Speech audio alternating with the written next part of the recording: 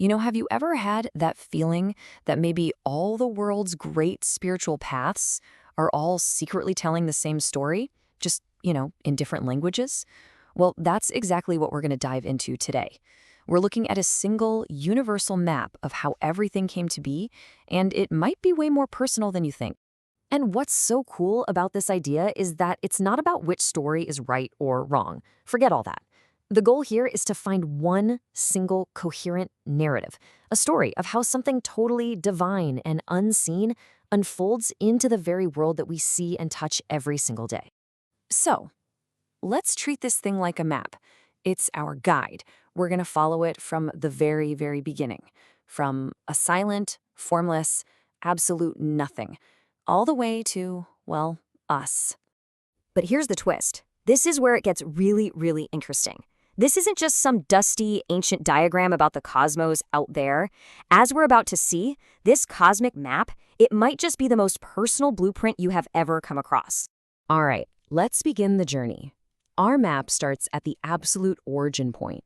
We're going to trace the path from pure, unmanifested potential all the way into the tangible, physical reality that we're all living in. So the first stop on our map is a principle called he. And right off the bat, you gotta know this has nothing to do with gender at all.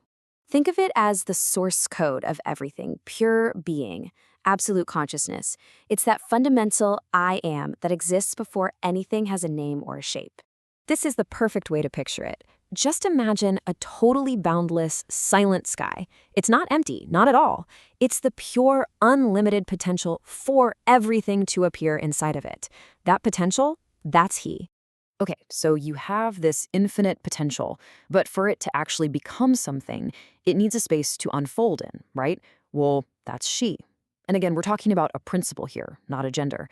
She is divine receptivity. It's the nurturing wisdom that allows that pure being to become something we can actually see and experience. It's literally this simple. If he is the paint, she is the canvas. Without the canvas, the paint just stays in the tube.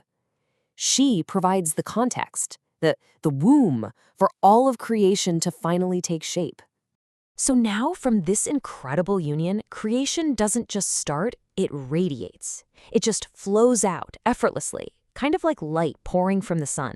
And this divine light is made up of what are called aeons, which is just a fancy word for the different colors or qualities within that light.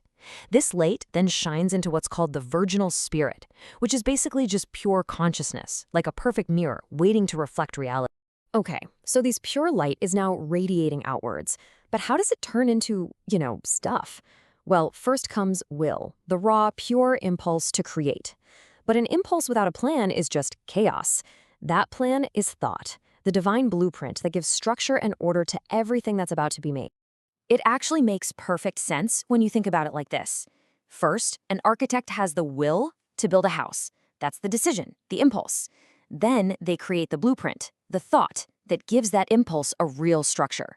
You need both. The impulse comes first, then the plan that gives it order. So we've got a blueprint. But a blueprint is just a piece of paper until you add three more critical things. First, you need life. That's the spark, the electricity that makes the whole thing active. Then you have grace, which is like a spiritual gravity that holds everything together and keeps it going. And finally, there's truth, a principle that keeps everything tethered to its origin, like a compass that's always, always pointing north.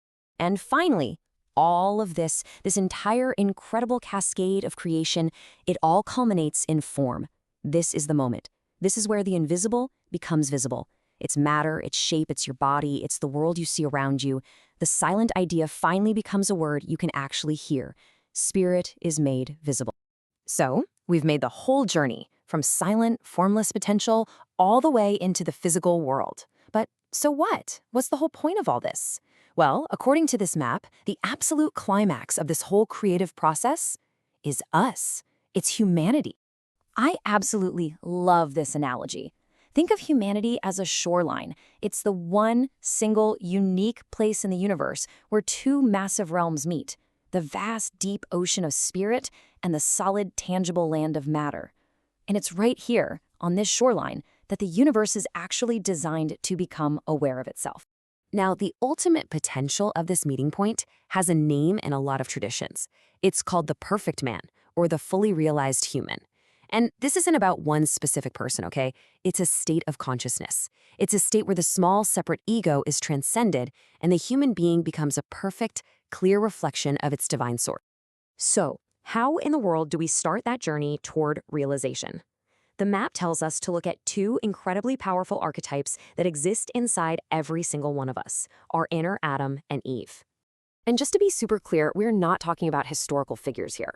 On this map, Adam represents our original, whole, unified consciousness. Think of it like the entire seed, containing the whole blueprint. Eve represents the moment that seed sprouts and enters the world of lived experience, differentiating into sensations, emotions, relationships, the whole mess of life. And one isn't better than the other. You need both. They're essential parts of what we are. Okay. We have walked through this massive, grand, cosmic journey, right? From the unmanifest source all the way to the archetypes running around inside of us. And now we get to the punchline. This is the most important part of this whole thing. This map isn't actually about the cosmos out there, it's about you. Let's make this really practical. That silent witnessing awareness you have, the part of you that's just watching, that's he. Your ability to be open, to be receptive to new ideas, to other people, to life itself, that's she. Your mind, the thing that creates plans and blueprints for your day, that's thought. Your physical body, well, that's form. That feeling of love, of connection, that's grace in action. And your own personal journey of waking up and becoming a better person, that is the journey to becoming that fully realized human. So you see, the whole point is this. We haven't just been looking at some ancient myth. We've been looking in a mirror. This entire grand spiritual cycle is actually a wiring diagram of your own being, and it's operating right here, right now. And that leaves us with one last really powerful question to think about. If this map is true, then creation isn't some historical event that happened billions of years ago and is now over. It's happening continuously, all the time. And if all these creative principles are alive inside of you, then the real question isn't just about what happened back then, but how is that same process of creation happening through you right now?